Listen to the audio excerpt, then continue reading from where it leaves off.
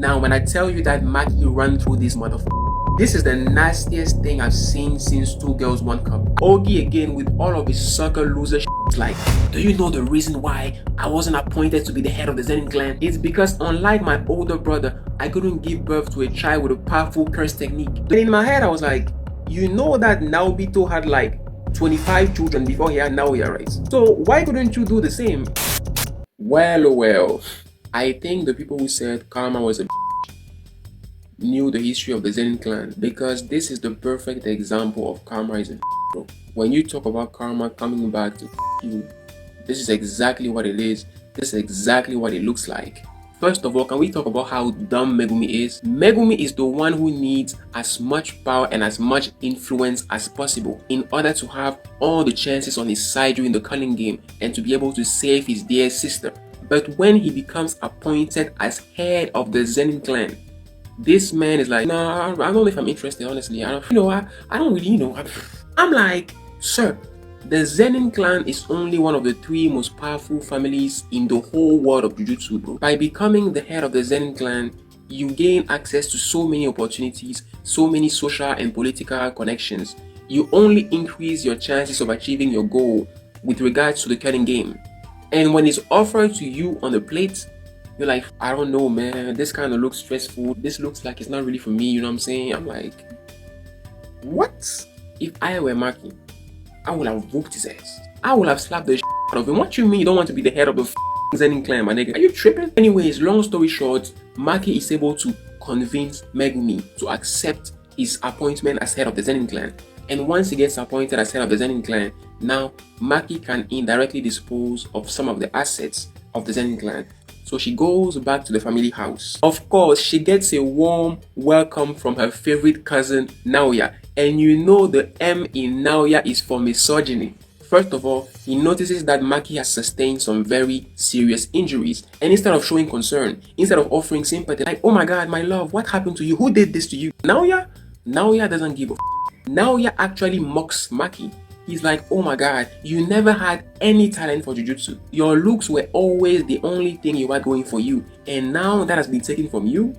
Now you are beneath trash. He's trash talking Maki, and the whole time Maki is just standing there like, yeah, whatever. She eventually carries on and goes where she's supposed to go. She's actually going to the Zenin clan's curse tool vault, the place where members of the Zenin clan store the curse tools that belong to the Zenin clan. She's going there obviously because she wants to access some of them. As Maki is making her way to the storeroom, she runs into her dear mother, and of course, her mother is mad as hell. Her mother is like, Maki, why are you always like this? Why are you so strong? Why can't you just be a submissive woman like me?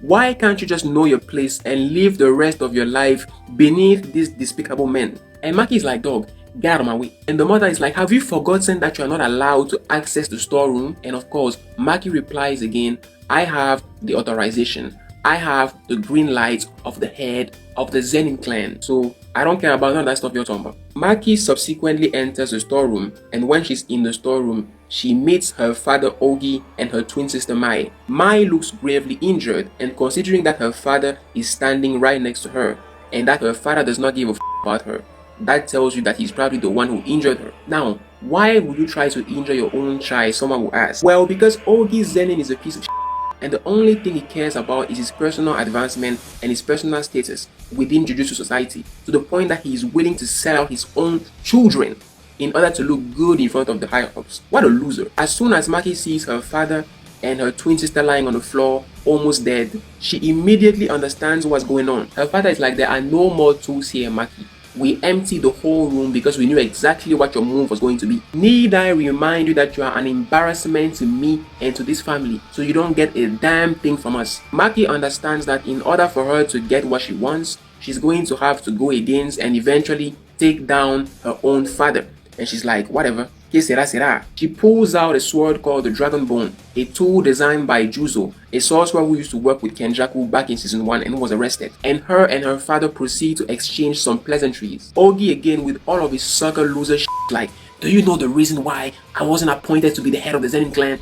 Do you know the reason why I was passed on? It's because of you two. It's because unlike my older brother, I couldn't give birth to a child with a powerful curse technique. The only thing I could produce was you two, and y'all have complete inaptitude for Jujutsu. And in my head I was like, You know that Naobito had like 25 children before he had Naoya, right? He had several kids before he had Naoya. So he clearly kept shooting until he actually gave birth to a child with a curse technique. So why couldn't you do the same? Is it that your sperm count was low? Is it that you were impotent? Is it that you are sterile? Is it that you have ED? Like what's going on here? Because the Zenin family is clearly a very rich family and they are clearly looking for curse techniques. So it shouldn't be an issue for you to have so many children because you are chasing the golden opportunity. If you are chasing a certain type of child and you are rich, but just keep shooting. Like it's such a simple concept. I don't understand how this wise old man didn't clock it. Anyways, Maki and her father go back and forth, bend for bend, blade for blade. She is able to break his blade, and once she breaks his blade, she closes in thinking that his range has been shortened, and that's when he creates a blade out of curse energy and slices her.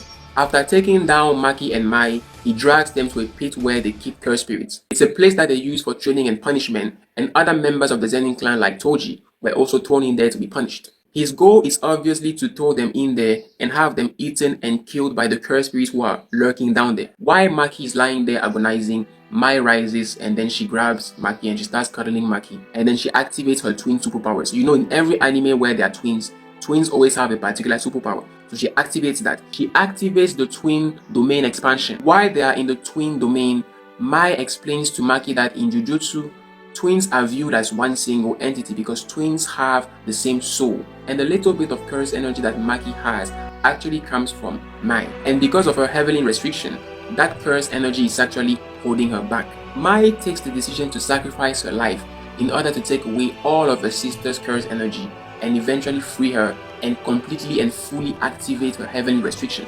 Obviously, Maki loves her twin sister, so she doesn't want to hear any of that. She's like, Mai, come back here.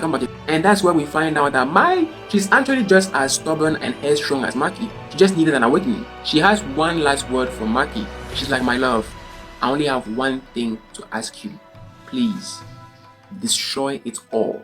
That was the only assignment that was given to Maki, and boy, is she going to understand that assignment. As Mai withers away, she conjures a tool and she gives it to Maki to use. Maki heavenly restriction is activated, and as Daddy is walking away after carrying out what he was supposed to carry out, he feels a strong presence that reminds him of a certain someone. And you guys know how terrified members of the Zenin clan used to be by Toji. This man was hunting and taunting them. As soon as Daddy feels that energy, he starts shaking in his boots, and little did he know that fight that he had with Maki was just round 1, and round 2 is not going to be sweet at all. As soon as he feels threatened, he goes all out and he fully activates his curse technique, Blazing Courage. But even his strongest attack at peak strength can do nothing against the newly awakened Maki. She gives him a quick haircut, a quick fade, and she just walks past him as if nothing happened, just like it was another day at the office. And that's when we understand that right now, Maki is just a whole different animal. They are about to find out that the M in Maki is for mass murder,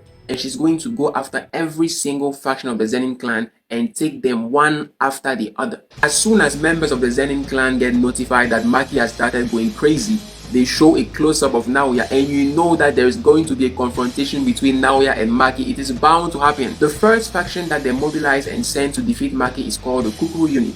This unit is made of sorcerers who don't have a curse technique, so this is the lowest echelon of sorcerers, and of course is a faction that contains the most sorcerers. And we are also being told that prior to joining Jujutsu High, Maki was also a member of that unit. Now when I tell you that Maki ran through this motherfucker, when I tell you that she cakewalked through these people, picture Madara versus the Shinobi Alliance. The way she decorated that room, there's no way she doesn't have a PhD in interior designing. When I tell you there was like 169 of them, and she was just like, she was like prime Shaquille O'Neal going up against the New Jersey Nets. This is the nastiest thing I've seen since Two Girls One Cup. After dealing with the lower echelon, she deals with the Hei. The Hei is this unit in the Zenin clan that is made of guys who have an actual curse technique and high-level sorcerers. So they make the very wise decision to jump Maki and to all attack her at the same time, but it matters none. They pulled out all types of curse technique. I myself was surprised because I thought the Zenin clan only had the 10 shadows and projection sorcery. But they had so many techniques, I was so impressed. They have like earth manipulation, they have like giant fist. There's this guy who has a curse technique where he looks at you and you can't move. They threw all that stuff at Maki, and Maki was like, get out of my way. She turned the whole Zenin clan into a mausoleum. Whoever is going to have to clean after that needs to be paid, like handsomely paid. And then after defeating all the side dishes, now it's time for the main course. Naoya is standing right there smiling as always, ready to trash talk and take down his dear cousin Maki. First of all, let's keep up with the tabs. So far, JJK Season 3 is 4 for 4 when it comes to fight. Naoya vs Choso, classic. Yuta vs Yuji, classic. Maki versus her father, classic. And this one, you better believe it's about to be a classic. First of all, before Maki and Naoya start going at it, after defeating Genichi, who is Toji's big brother and therefore Megumi's uncle, she grabs his head and she throws his head into the water. And Naoya is like, damn, how cruel. Don't you have a heart? And Maki's like, nah, she took it away when she left. You know Naoya is the head of roasting and he will not miss an opportunity to roast anyone. We flash back to one day when he was little and he was going to Toji to go and roast Toji. And as soon as he ran into Toji and he saw how powerful Toji was and he saw that he would never be able to be as strong as Toji, and he started shaking in his boots and feeling insecure. And he's detecting that same energy, that same presence, that same bestiality coming from Maki, and he's losing his shit. And he's like, nah, I'm about to end you right here, right now. And Maki's like, yeah, come see me. Now, this is the real gender wars. This is the only gender wars I want to see. Not that dumb shit that y'all do on social media. No, this is the real gender wars. If you are going to do gender wars, do it like Naoya and Maki, or stop wasting our time. This fight, aesthetically, technically, thematically, animation-wise, listen, Mappa is chefing the out of this season. Y'all know I complained about episode 3 and I'm still complaining about episode 3. But if they did that to give us this, listen, I'm not mad.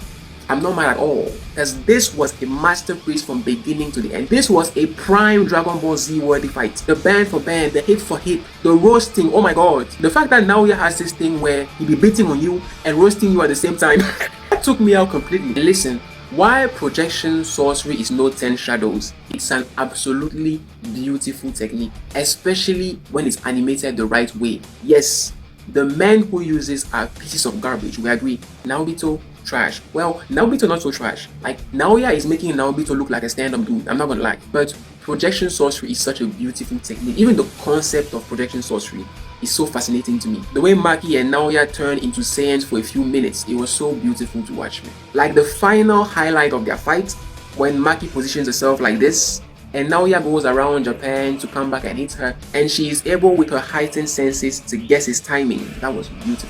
The punch was so satisfying. Watching how the fist was destroying the skull, oh my god. It was the perfect homogeneous mixture of gross and beautiful. After taking down Naoya was actually still alive. She goes and she takes down her mother.